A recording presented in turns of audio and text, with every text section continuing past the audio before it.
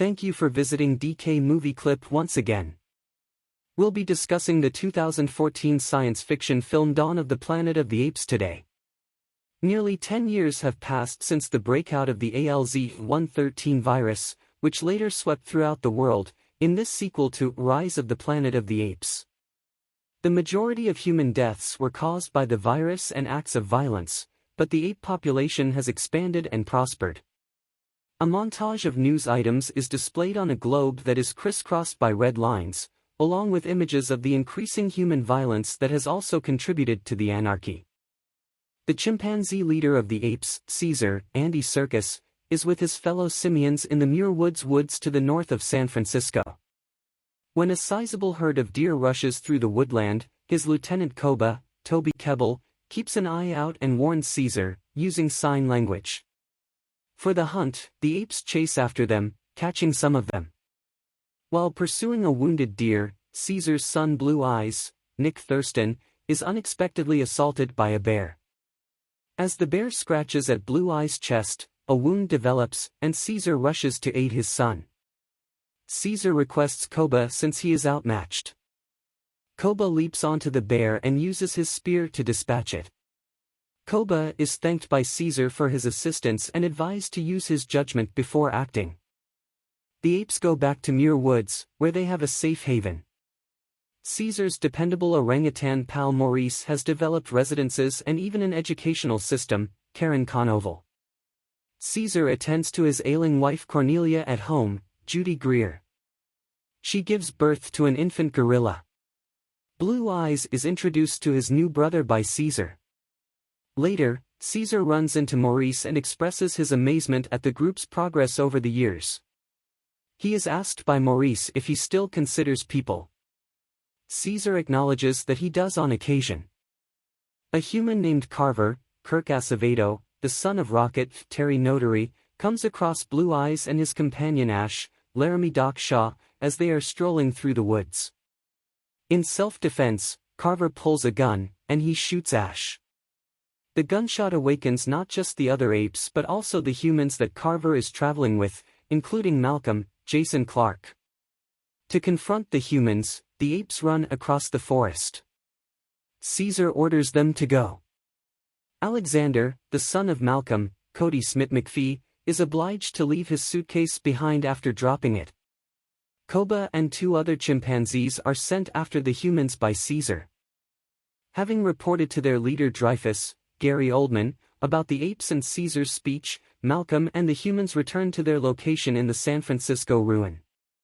To activate a nearby hydroelectric dam and provide their settlement with enough restricted electricity to sustain them for a little while longer, the humans' objective is to obtain access to it. Caesar rallies his apes in the meantime, and they ride into the city on their horses to confront the humans. Caesar claims that although the gorillas do not want conflict, they will defend themselves if necessary. Additionally, they give Alex his luggage back, and Caesar warns the humans not to go back to their shelter in the jungle. Inflaming the crowd and feeding their mistrust of the apes as well as their rage over what has happened, Dreyfus confronts the humans. Malcolm assures Dreyfus that if given enough time, he can persuade the apes to allow him to reach the dam and remove the obstruction in order to produce power. Malcolm is given 3 days by Dreyfus to do this mission after he agrees. Malcolm gets ready to go out with some people. Ellie, his wife and a nurse, Carrie Russell, offers to accompany him, but he prefers that she stay at home with Alex. When Alex overhears, he chooses to follow his father. Malcolm enters the sanctuary by himself when his gang returns to the woods. He is taken in front of Caesar after being seized by gorillas.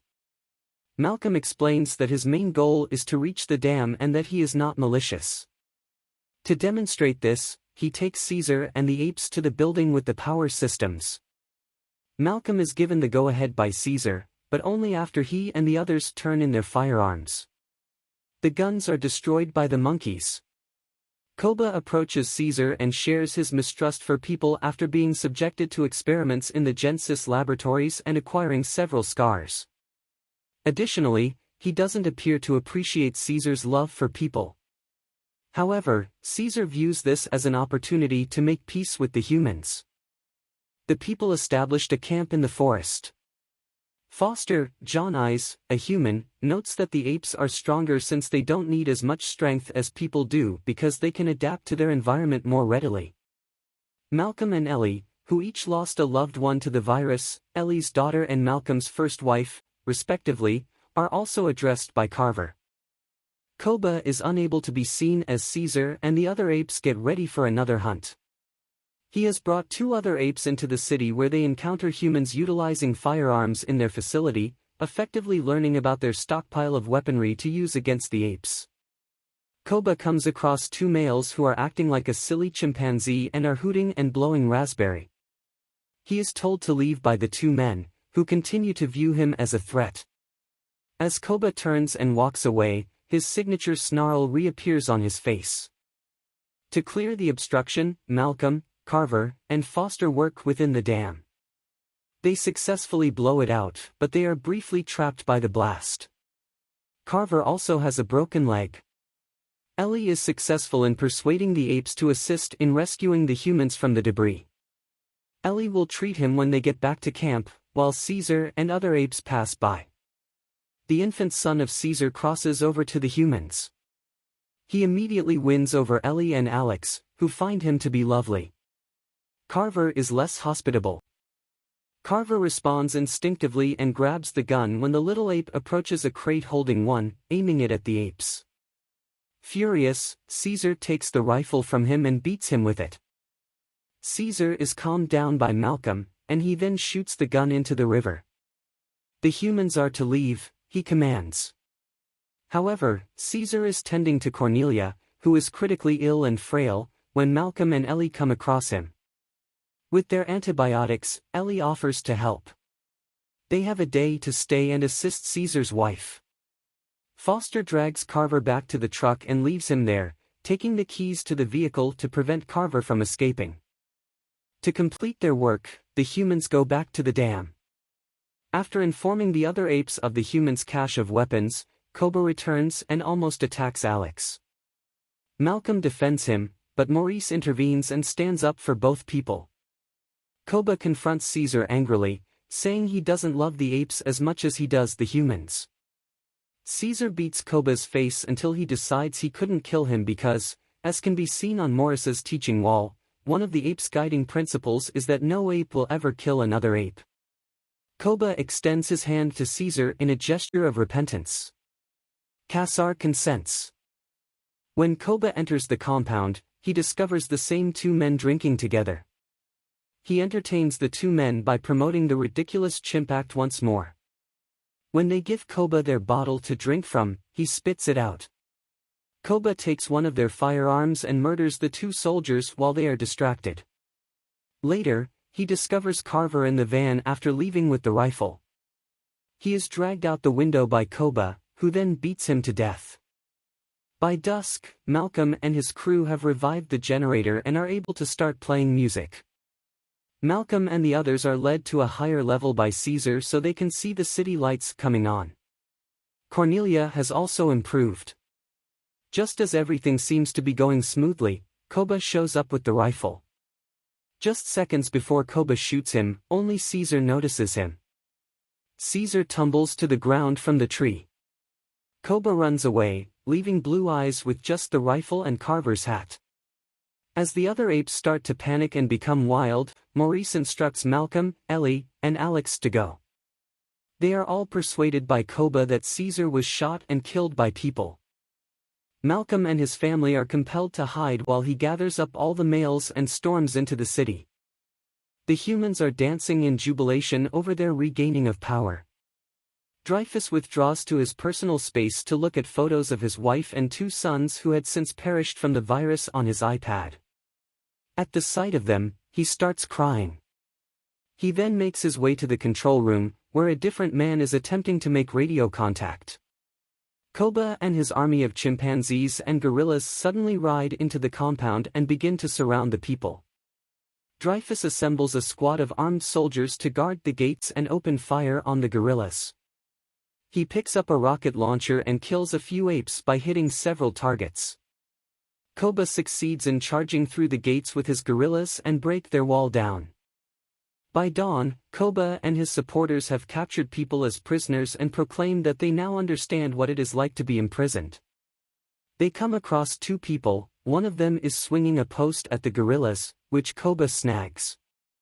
He commands Ash to use it on the man, but Ash refuses, saying Caesar would not approve of this. In reaction, Ash is grabbed by Koba, who leads him to a balcony before throwing him off to his death. Caesar is discovered by Malcolm and his family still alive but frail. He guides them to his former residence, where he was raised by people, after they had taken him away. As the apes race through the city carrying the humans' guns, they start to attempt to cure his injuries. The gorillas who refused to join Koba were imprisoned inside a bus. When Blue Eyes spots Maurice, the latter advises him to defend himself. Caesar needs surgery, but Ellie lacks the necessary medical equipment. Malcolm offers to obtain the supplies and return to the city using the subway system, narrowly escape being slain by apes armed with machine guns. Eventually, Malcolm emerges from hiding to find Blue Eyes standing over him with a gun, but he resists the urge to shoot Malcolm. He visits Caesar after Malcolm informs him that his father is still alive. When Blue Eyes notices the bullet wound, he snarls at the people, but Caesar explains that Koba is to blame. Blue Eyes tells his father that, for the time being, his mother and brother are safe, but that Koba is gathering more supporters as a result of their fear. He also informs Caesar that Koba killed Ash, which makes Blue Eyes cry. In the attic, Caesar discovers an old camera that captures a video of him when he was a young chimpanzee learning from his human owner, the late Will Rodman, James Franco in archival footage. Malcolm approaches and inquiries about the individual. He replies that, like Malcolm, he was a good man. The humans are freed by Maurice and the other entrapped apes who escape from their bus. When they locate Caesar, they inform him about Koba's scheme to get Cornelia and their unborn child to follow him. They set out to stop Koba together with Malcolm. While Dreyfus and two other men have recently established contact with the military and equipped the tower with C4 explosives to take the gorillas down, Koba and his supporters have assembled at the top of a tower. Malcolm comes across Dreyfus and the men as Caesar and his pals approach Koba, pulls out his gun to stop them, and persuades them not to engage in combat with the apes. Dreyfus won't let up, claiming that he is ready to redeem humanity. Malcolm manages to escape the explosion, but the two men and any apes within the tower are killed when he snatches the detonator and presses the button. Koba is still holding his weapon when Caesar reaches the top of the tower and comes face to face with him. Koba tries to rally the apes once more by saying that they are stronger as a group. The other apes support Caesar as he battles his erstwhile ally. Koba reclaims his gun amid the commotion and starts firing at the gorillas. Koba is taken down by Caesar when he charges at him and tackles him. He glances up at Caesar as he lifts Koba's arm and clings on for dear life. Koba tells Caesar, "Ape not kill ape," to which Caesar responds, "You are not an ape," before dropping Koba and letting him fall to his death. The remaining, free apes, including Caesar's family, make their way up to the tower to reunite. Malcolm climbs the tower to locate Caesar and inform him of the approaching military forces that could endanger his family and spark a conflict. Malcolm needs to go and defend his own family, according to Caesar, who claims that an ape has already launched a battle. The two of them acknowledge their friendship while simultaneously acknowledging that there is no longer a prospect for peace. Malcolm slinks away, leaving Caesar to command the apes, who once more all bowed to him. The sound of howling monkeys and the scratching of debris can be heard during the ending credits.